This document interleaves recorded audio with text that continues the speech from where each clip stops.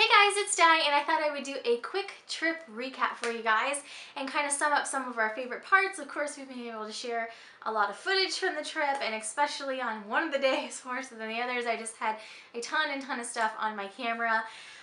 It was a great trip, and I'm so glad that I captured so many moments on video. I mean, it's going to be great for us to look back on, and we also have a lot of pictures, so it's been so fun going through things the past week, and it was just a really good time. So that is the overall idea of this video, but I thought I would just do a little bit of a recap and kind of let you guys know what some of our favorite parts were. And I've also been requested to do like kind of my Disney suggestions video, like things to see if it's your first time going there, traveling with toddlers and things like that. So I'll have those requests coming up in the next week or so. But just some quick, these are our favorites and maybe also suggestions if you want to take note in this video. But we went the very first day to Magic Kingdom because obviously that's the most iconic park associated with Walt Disney World. And if you're not familiar with Disney World versus Disneyland, Disneyland is, I believe, just one park. I've actually never been to the California park. Actually, it might be two now, California Adventure. Anyways, I don't know. I'm not a Disneyland aficionado. Anyway, Disney World, where I've been a bunch, is actually made up of 4 theme parks, and it's made up of Magic Kingdom, Epcot, Animal Kingdom, and Hollywood Studios, which used to be MGM. And so we only opted to go to the 2 of the parks. We thought they were the most kid-friendly, those 2, and obviously we had the lunch reservations at Epcot, so we were definitely going to that park. And then Magic Kingdom's kind of the most iconic park, so that's why we definitely chose that. And Animal Kingdom, I can't sell my husband on that one for some reason. I really want to go to that sometime. I've been there at least once. But I cannot convince my husband that it's anything other than an over-glorified zoo. And I'm having trouble justifying wanting to go there because we go to the zoo a lot up here in the summer, just various ones around the area. And he's really not wanting to waste a day or the money, quite frankly, on going to a zoo in Orlando. So that one we did not go to. And also Hollywood Studios, we opted out of going on this trip. When my husband and I went down there when we were dating one year, we went to Hollywood Studios, and it's a super fun park if you're older. Even though they have the Disney Junior area, we didn't feel like there was a lot there to do for the kids other than that. Now, after being at some of the other parks and seeing how much time we stayed just in one area, maybe we'll try Hollywood Studios the next time we go down there, but we opted not to go there this trip. So the 2 parks that we ended up were Magic Kingdom, and like I said, we wanted to go there the first day. It's the park associated with Disney World for the girls to see the castle, and obviously we knew we'd be spending a lot of time in Fantasyland and the new Fantasyland and all those things over there. That is where we spent the majority of the day.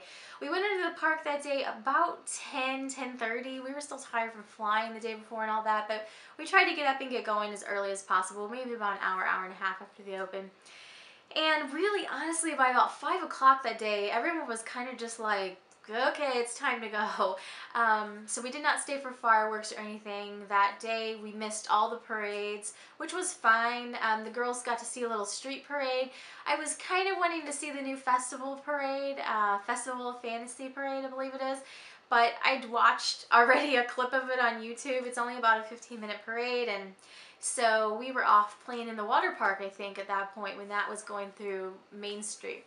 So we had a really great time that day, but adjusting to the heat and then just being tired from traveling, you know, by about 5 or 5:30, we were ready to get out of there and go eat dinner. So the girls definitely favorite parts of that. They loved the water area. So first of all, if you're planning on going to Disney World and you have kids between the ages of 2 to 10 or beyond, I would definitely say either bring a change of clothes, which you probably obviously have with you anyways, and or a swimsuit. I did not bring swimsuits to the park either days. I probably could have. It probably would have been a pain for them to go change and then go back and play. But what we did is we just let them play in the clothes that they were in, and then I took them to the bathrooms and changed them after we were done, and that seemed to work out just fine.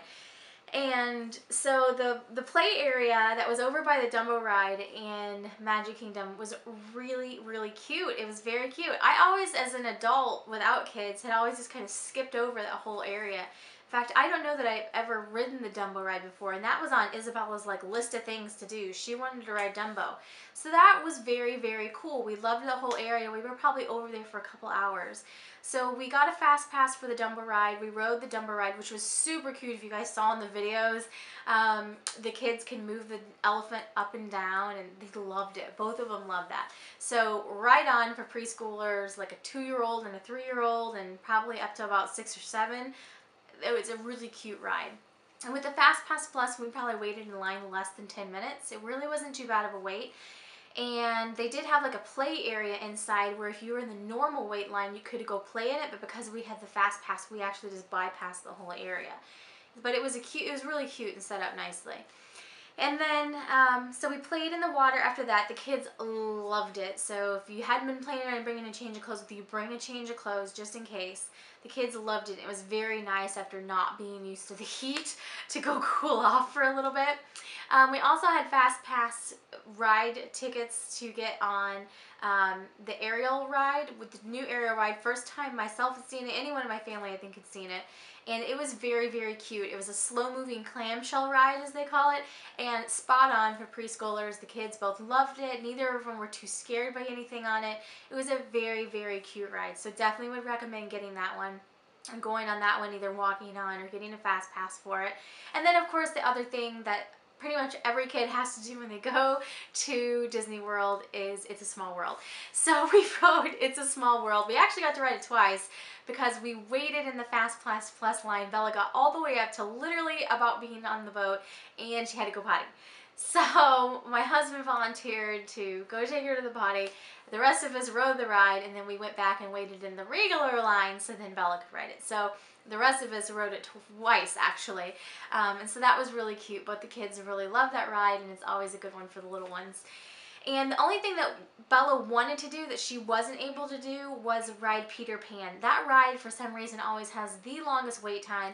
And we went to get our Fast Passes probably about 11 o'clock. We rode the carousel, and then we went to go get our Fast Passes. It's basically the first two things we did after lunch.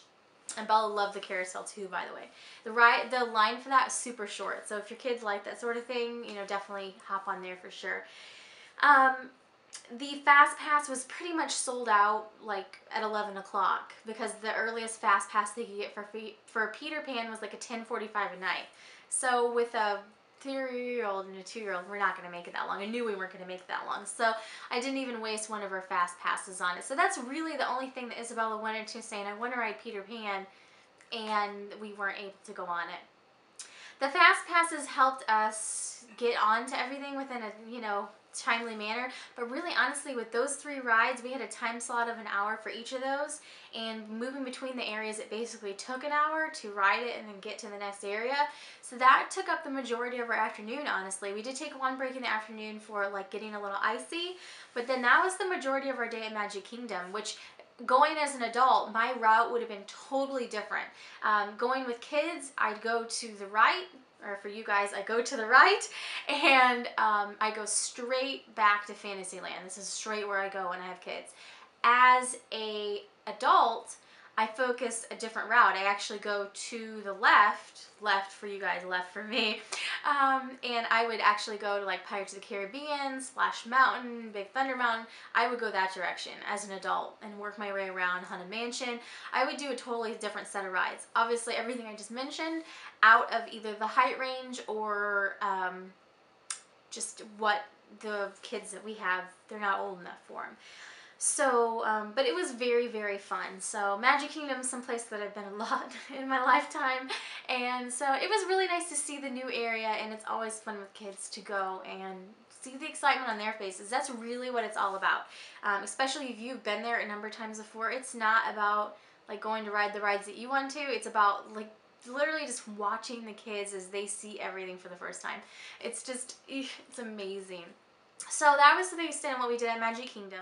Our second day was Epcot, and this was the day that we had reservations, so we knew that we wanted to be there by that time, and we wanted to be ready to go for that. And we waited a little bit longer to go into the park that day. I don't think we got there until about 11 a.m. that day, and they'd opened like at 9 also. But we were just kind of still recuperating from the day before, but it was kind of nice because we were starting to get used to the heat at this point. It was still very hot, and you know, we were sweating all that, but We were starting to get used to the heat at this point, and we felt a little bit more refreshed from getting a good night's sleep, so we were able to do a little bit more on this day. So if you guys watch Epcot, obviously the highlight of the day, like the highlight of the trip, was the princess lunch. I actually, as a child or adult, had never gone to character dining. It's just something my parents chose to always skip over. We're talking, I'm a family that would literally go there as a child like 2-3 times a year. Up to this point, I'm 30 years old, I'd never done character dining. And so this was the first time for me, it was the first time for my husband, it was the first time for the kids. And it was wonderful. The food was fantastic. It was great to have reservations and just a very minimal line to wait to get in. I love that they had the picture set up to take with Belle on the way in. I mean, Bella's face when she saw her, I mean, she's just jumping up and down. It was just amazing. And then the fact that the princesses actually just come around to your table and they can talk to the kids or you can take pictures with them. I mean, that alone was worth the price of the food. I mean, and then you get the food on top of it, and the food was great. So at the Augerschuss, I don't think I'm going to say that right, but the Augerschuss Royal Banquet Hall, how it's set up food-wise, and I don't know if it's the only meal, but we went at lunch is when the princesses were there. They have like a little salad bar type of thing that also has meats and cheeses and seafood on it as well. And so you go up there and you get your plate from the salad bar, and then they bring you an entree off the menu. And all this is included in one meal price. So you just basically kind of check the boxes basically. So you go up and you get your salad bar plate, you pick an entree off the menu, and the waitress brings that to you. And you also get a drink with your meal. And then the dessert was also included, and you did not get to pick that. They just brought you out a tray that had 3, like a sampler type of thing, and that was what you got. That's what everyone in the place got, as far as I know. And it was great. The food, the food that I tried there was all great. I love the salad bar, and it was great to be able to go run and grab a couple things just to get the kids started, so they weren't just kind of sitting there with nothing in front of them. It was great. The kids loved it. So definitely for future trips, we will definitely be doing character dining. I will definitely be trying to get some more reservations for that sort of thing, and also reservations for Bibbidi Bobbidi Boutique. So if you guys probably understand now, I was doing like Vloguary, and it was literally the end of February that, you know, we decided we were going to Disney World, like firming up the trip. So it was basically like a month away. And the dining reservations, they say to make them like 6 months in advance. So we were really lucky to honestly even get the princess lunch things. Because the first time I looked, there wasn't any times available, and somebody had canceled and I got their time slot. So it just really worked out to at least get that one time slot. But next time that we go, hopefully it will be planned a little bit more in advance. And that way I can get the reservations for Bibbidi Bobbidi Boutique and more character dining and that sort of thing as well. So then the rest of Epcot, then the rest of the day, we were just going to hang out. Like, we were just, you know, however long we're here is however long we're here. And we were totally just, like, chilled out and relaxed the rest of the day after the dining thing, because that was what we went there for. We walked around the World Showcase, and of course it's, you know, a long ways around the lake to go through all the different countries. The kids loved it. The kids loved looking at all the flowers, the different countries. We stopped here and there to get snacks and a couple souvenirs. Oh, I forgot in my souvenir video, I did get macarons. They're already eaten. But I did get macarons. I should have included that in the souvenir video. But anyhow, I stopped and got my macarons in France. We watched a couple performances. In China, the Jewel Dragon Acrobats. In France, there was like a street performer. So it was just a really relaxed time. So by the time we were getting around to the other side, we thought we might be kind of winding down. We happened to go past like a little water play area, and we're kind of like, all right, go ahead, go play. So the kids got out and went and played in that, and that kind of refreshed them, and they were super excited again to play in the water play areas. So definitely, you know, thumbs up on those. And then we needed to go eat dinner. So we ate at the Electric Umbrella that night. It was just like a burger place or something like that. The food was, it was okay. But you know, when you just had like this elaborate meal earlier in the day, it really can't compare to that. The food was so-so. I would probably try to pick some other place. Personally, I would have preferred to eat in one of the countries as opposed to like just like burger joint. We were already back around over by like the innovation stuff at that point. if you don't know the Epcot map, I apologize because I'm just kind of talking about things like where they're at. Anyhow, so we eat dinner, and I'm pretty much thinking to myself, all right, that's probably it, because we're probably done. It was just a little bit past the time that we'd left the day before, and you know, the day before the kids were wound down, they were really ready to go. So it was about 6 o'clock, so we're looking at the map, trying to figure out what's still open. It was almost 7 o'clock actually, because things were starting to close. Things at Epcot on that side, some of them start closing at 7. So one of the things, Figment's Imagination, we were going to go to that and it closed at 7. So we're like, well, is there one other thing that we can go do before we head out, basically? So we found on the map that Nemo and the Living Seas was a ride. It looked like it would be fun for the girls. So we went over there, and I don't remember going on this ride before. So I must have just skipped it, or they've changed it or something. Cutest ride ever. If you go to Epcot with preschoolers, go over to the Nemo Living Seas area. It was adorable. So we pretty much just walked right on. There was no line. We just walked through the whole thing, got straight on the ride. We rode the ride. It was super cute. The girls loved it. It had Nemo and fish and singing. And then when we got to the end, there's these fish tanks. And I'm like, are those real fish? In fact, I don't remember whether I cut it out of the video or not, but I'm sitting there, I'm telling Isabella, I'm like, look, those fish look so real. And then we moved down a little bit, and I realized those are real fish. For some reason, I had either forgotten or not realized that they have a big fish area over there at Epcot. So we got off the ride, and you're in basically like an aquarium, which for my family loves going to the aquarium, which is the whole reason we were going to go to SeaWorld on the day that it rained, but you know, it rained, so we didn't end up going. My family loves looking at fish for some reason. So we started going around and looking at the tanks, and the girls are totally into it. I mean, everyone in my family likes looking at fish. I don't know why. So we, you know, we were looking at the tanks, and we found Nemo in the tanks, and we went upstairs. They had an underwater viewing area, and they had dolphins, and then we walked around this whole circle area that I showed in the video, and that was actually, the ride is actually going on the outside of that circle. That's the tank that you're seeing in the ride. And I don't know why I don't remember that this was here. Anyhow, so we were just like looking at fish, and the girls were loving it. They're like, there's a shark, there's a stingray.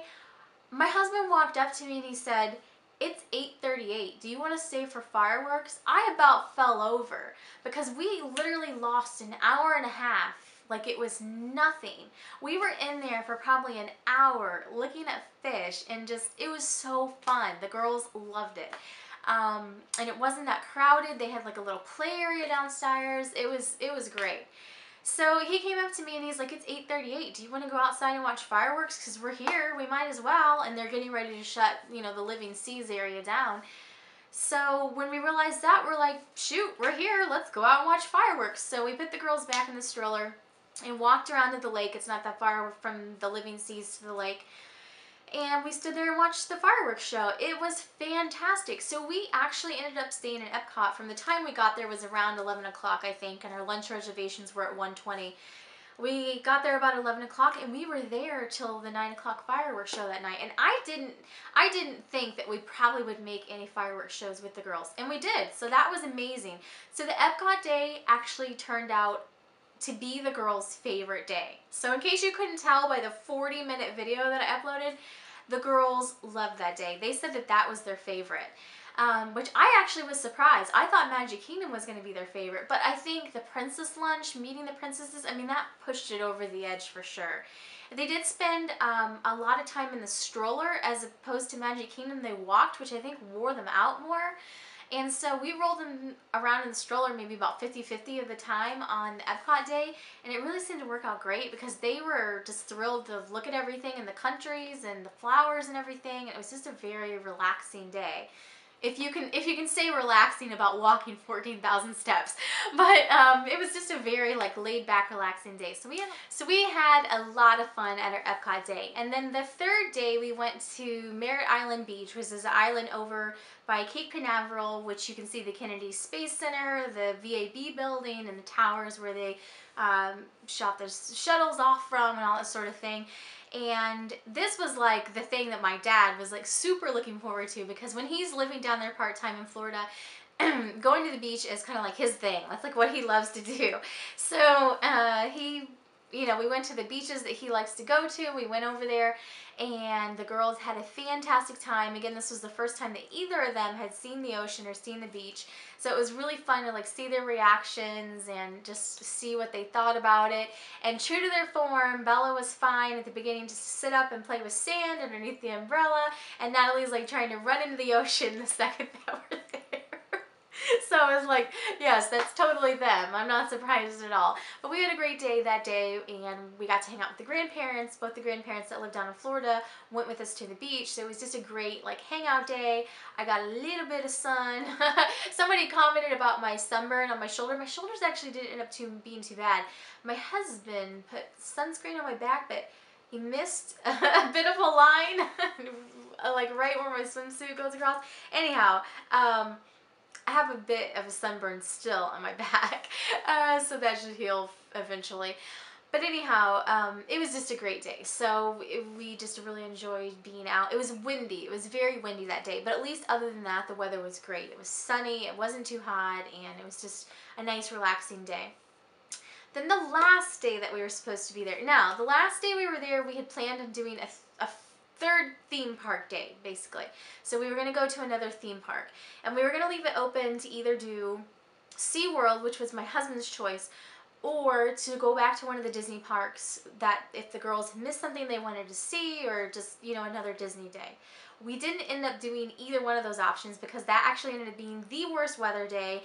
It was raining and thunderstorming, and you can't see it on the video. It looks lighter than it is on it looks lighter than it actually was that day on the video. But it was just really dark gray and cloudy and raining and just a kind of miserable day to be outside. And so we tried to get like our souvenir shopping done that day. And then we were going to drive around and try to find something for the girls to do inside. And there is not a lot to do inside in Orlando. So we were going to drive all the way over by Florida Mall, which is quite a bit far north, I believe, if you're familiar with Orlando. But we drove all the way up there, and the girls had fallen asleep by the time we got there. So we just turned around. One of the grandparents had to go pick up a rental car, so we just turned around to go take care of that stuff. And that entire day, no pun intended, was a wash. The whole last day was a wash, no pun intended. But we did get a little bit of souvenir shopping done. We went to a nice dinner that night, and that was pretty much it. You know, it goes so quick. When you're only there for a couple of days, it goes super quick. But it was an incredible trip. We needed a vacation. We were all so ready for it. We loved it, even though it was super hot for us because we're used to this weather. It's flurrying here today. But it was really nice. It was very, very nice. And especially the girls seeing Disney for the first time, or seeing it the first time they remember. As Bella was there when she was 9 months old, but you know, she didn't remember it. She may actually remember this trip. It was just great to watch their reactions to everything, and now I kind of have a better idea of what I want to do next time. So we'll definitely probably be going, not in the super near future, but sometime in the future, and so I kind of know for the next trip when we go down there, things that I definitely want to do, like try to get character dining reservations way in advance, and probably try to get, if Natalie is 3 the next time we go down there, Bibbidi Bobbidi Boutique reservations for them both. If Natalie is not quite 3 when we go down, I think that they have to be 3, and I don't know if Natalie would sit still anyways. So I'll go to the boutique with Bella, and she can, you know, get her hair done and all that, and Daddy can go play with Natalie. So we'll see. But anyhow, so we may try to go back towards the end of the year. We don't know yet. And if not, then we'll, you know, go back next year. But it was a lot of fun. It was a lot of fun. And honestly, I talked about this in the souvenir video. It really didn't cost a lot either. I mean, we came in way under what we thought the trip was going to cost. So that's nice too. So it's kind of like, well, that was so inexpensive. We might as well go again. So anyhow, it was just a very fun time. And I'm so excited that I have all the videos that you guys got to watch, but then I can go back and watch myself. So it's just going to be a lot of fun for me to be able to look back on it, and it worked out great to do Veda and the trip the same month because I definitely had plenty of daily uploads this month. I was not struggling to come up with video ideas at all. I don't usually generally have that problem anyways because I usually have enough things that I'm behind on doing of either requests or videos I want to do that that's why I do vlog months, is to get them all done. But definitely this month, as you guys have probably seen the past few days, I've basically just been uploading 2 videos a day because I have so many videos to upload. So that is our trip recap. I have a feeling this is probably a very long video, but we had a fantastic time, and I will talk a little bit more about it in a video probably next week about my recommendations for your first time going to Disney, and then just a separate like traveling with toddlers, preschoolers video, not necessarily to Disney World, but anywhere, just kind of my thoughts on it after this trip. Those 2 things have been requested, so I'll do both of those. But definitely, you know, there are some rides that are very hidden that are perfect for preschoolers. Oh, that's the thing I don't think I mentioned about the Epcot day. Before we went to the Princess Lunch, we rode the boat ride in Mexico, and I'd ridden this a number of times in the past, like when I was a kid and an adult without kids, and I knew that the kids would love this because it's just a slow boat ride, basically like It's a Small World. But in the Mexico Pavilion, it's way back in the back of it, and I don't think a lot of people know that it's there. So even though the park was super busy that day, we just walked right onto that ride too. So there's definitely some great rides like that that are almost like hidden, that if you don't know that they're there, you may just like walk right past it and not even realize that they're back there. So I'll try to remember to talk about that a little bit in like the Disney for preschoolers video or something like that. So let me know if you guys have any questions or video requests down below. I'll definitely be trying to work on those during the end of Veda and probably beginning of May. And it was very fun to share our trip. We had a fantastic time, and I wish I could say we're happy to be home, but it's flurrying outside. So I'm not gonna say that. It's supposed to get warmer later on this week, but the day that I'm filming, it is flurrying in Chicagoland. It's so ridiculous. So anyhow, hopefully you guys are having a great day. Thanks for watching. Bye.